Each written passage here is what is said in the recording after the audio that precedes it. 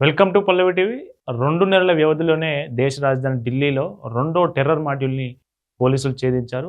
ఈరోజు తాజాగా పట్టుకున్న టెర్రర్ మాడ్యూల్ ఏందంటే దాదాపు రాష్ట్రంలో అటు దేశవ్యాప్తంగా దేశ రాజధాని ఢిల్లీ కావచ్చు, ముంబై కావచ్చు, పూణే, పంజాబ్, జార్ఖండ్ ఇట్లా 5 రాష్ట్రాలలో 9 మందిని అరెస్ట్ చేశారు ఏకకాలంలో ఈరోజు మొత్తం అంతా కలిపి. ఏం చేయబోతా ఉన్నారు వీళ్ళు 9 మంది టెర్రరిస్టులు ఎవరు అంటే డిఫరెంట్ దేశాల నుంచి ఉన్నారు. పాకిస్తాన్ నుంచి కొంతమంది, నేపాల్ నుంచి కొంతమంది, బంగ్లాదేశ్ నుంచి కొంతమంది.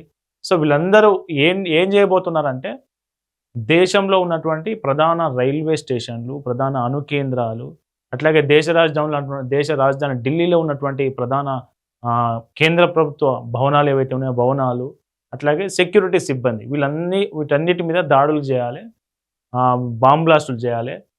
స్లీపర్ సెల్స్ ఎవరైతే ఉంటారో వీళ్ళు ఈ 9 మంది ఎట్లా పనిచేస్తున్నారంటే బంగ్లాదేశ్‌లో ఒక హ్యాండ్లర్ ఉన్నాడు. వాని ద్వారా పనిచేస్తా ఉన్నారు. అట్లాగే పాకిస్తాన్‌లో కూడా, దుబాయ్‌లో కూడా ఏదైతే ఐఎస్ఐ దావూద్ ఇబ్రాహీం ఉన్నాడు కదా, అండర్ వరల్డ్ డాన్ వాడు, అట్లాగే ఐఎస్ఐ వీళ్ళిద్దరితోనే వీళ్ళు లింకులు నడుపుకుంటూ దేశంలో ఉగ్రవాద కార్యకలాపాలకు పాల్పడే అవకాశం ఉందని వీళ్ళు నిఘా వర్గాలకు సమాచారం అందింది. దాదాపు సుదీర్ఘకాలంగా వాళ్ళ మీద నిఘా పెట్టి వాళ్ళ ఫోన్ కాల్స్ కావచ్చు, వాళ్ళ ఆర్థికపరమైన ట్రాన్సాక్షన్స్ కావచ్చు, ఆయా ప్లేస్లలో వాళ్ళు రెక్కి నిర్వహించడం కావచ్చు, వీటన్నిటిని గమనించి కన్ఫర్మ్ చేసుకున్న తర్వాతనే ఢిల్లీ సౌత్ స్పెషల్ పోలీసులు ఎవరైతే ఉన్నారో వాళ్ళకు వచ్చిన ఇంటెలిజెన్స్ ఇన్పుట్స్ ఆధారంగా ఈరోజు దాదాపు ఢిల్లీ, ముంబై, పంజాబ్, జార్ఖండ్, అట్లాగే పూణే ఈ 5 చోట్ల వాళ్ళు రెక్కి నిర్వహించి 9 మందిని అరెస్ట్ చేశారు. 9 మంది ఫేసులు మేము రివీల్ చేస్తే ఒకసారి చూడండి. వీళ్ళే 9 మంది. ఆ 9 మందిలో వీళ్ళు 5గురు, ఇంకొక 4గురు ఉంటారు. వీళ్ళేంటి అంటే బంగ్లాదేశ్‌లో ఒక హ్యాండ్లర్ ఉంటాడు మనకు. వాడు గతంలో అరెస్ట్ అయ్యి ఇప్పుడు అరెస్ట్ నుంచి పారిపోయి పోలీసుల నుంచి తప్పించుకొని బంగ్లాదేశ్‌లో ఉంటూ వీళ్ళ ద్వారా ఇక్కడ ఉగ్రవాద కార్యకలాపాలు ఏవైతే ఉంటాయో వాటిని డెవలప్ చేసే ప్రయత్నం చేస్తాడు. వాని పేరు అహ్మద్ షాబీర్ అని. షాబీర్ అహ్మద్ లోనే. వీడు గతంలో అనేక ఉగ్రవాద కార్యకలాపాలకు ఇట్లే పాల్పడితే పోలీసులు అరెస్ట్ చేశారు. పోలీసులు అరెస్ట్ చేస్తే కస్టడీ నుంచి తప్పించుకొని బంగ్లాదేశ్ పారిపోయినట్టు నిఘా వర్గాల దగ్గర సమాచారం ఉంది. ఇప్పుడు వీడే హ్యాండ్లర్గా వీళ్ళంతా పనిచేస్తూ ఉన్నారు. స్లీపర్ సెల్స్ ఏవైతే ఉంటాయో ఉగ్రవాద సంస్థలకు సంబంధించి అటు ఐఎస్ఐ కావచ్చు, అలాగే దావూద్ ఇబ్రాహీంకి సంబంధించి ఏవైతే లింక్స్ ఉన్నాయో ఆ స్లీపర్ సెల్స్ను వీళ్ళంతా 9 మంది యాక్టివేట్ చేసి దేశంలో అణు కేంద్రాలు, రైల్వే స్టేషన్లు, ఆలయాలు, అట్లాగే ఢిల్లీలో ఉన్నటువంటి సెంట్రల్ గవర్నమెంట్ ఆఫీసు, పార్లమెంట్ కావచ్చు, మిగతా కీలకమైన ప్రాంతాలు ఏవైతే ఉంటాయో వాటికి జనం ఎక్కువ ఉండే ప్రాంతాలలో బ్లాస్టింగ్ చేయాలనేది వీళ్ళ ప్లాను. ఈరోజు 9 మందిని అరెస్ట్ చేసిన సందర్భంగా పోలీసులు ఏదైతే వాళ్ళ దగ్గర నుంచి రికవర్ చేస్తారో వాళ్ళ దగ్గర నుంచి గన్నులు రికవర్ చేశారు. అట్లాగే క్యాట్రిడ్జ్లు 24 క్యాట్రిడ్జ్లు రికవర్ చేశారు.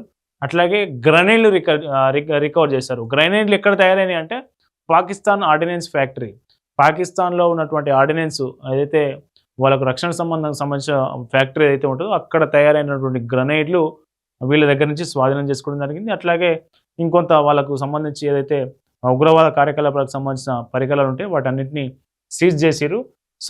ఇది మొత్తానికి అంటే 2 నెలల వ్యవధిలోనే గతంలో కూడా ఢిల్లీలోనే మనకు ఒక టెర్రరిస్ట్ ఉగ్రవాద మాడ్యూల్ ఒకటి బ్రేక్ చేసింది ఢిల్లీ పోలీసులు.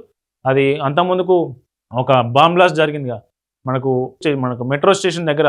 అది పార్లమెంటు ముందు ఎర్రకోటకు సమీపంలో మెట్రో స్టేషన్ దగ్గర బాంబ్ బ్లాస్ట్ జరిగింది. అది బాంబు ఉద్దేశపూర్వకంగా బ్లాస్ట్ కాలేదు, వాళ్ళు పొరపాటు చేస్తూ ఉండగా జరిగినటువంటి బ్లాస్ట్. ఆ చిన్న బ్లాస్ట్తో కొద్దిగా తక్కువ ప్రాణ నష్టం అట్లాగే ఆస్తి నష్టం జరిగింది. మాడ్యూల్ని సక్సెస్ఫుల్గా బ్రేక్ చేసిన నిఘా వర్గాలు ఇప్పుడు కూడా ఈ 9 మందిని కూడా చాలా చాకచక్యంగా పట్టుకోరు.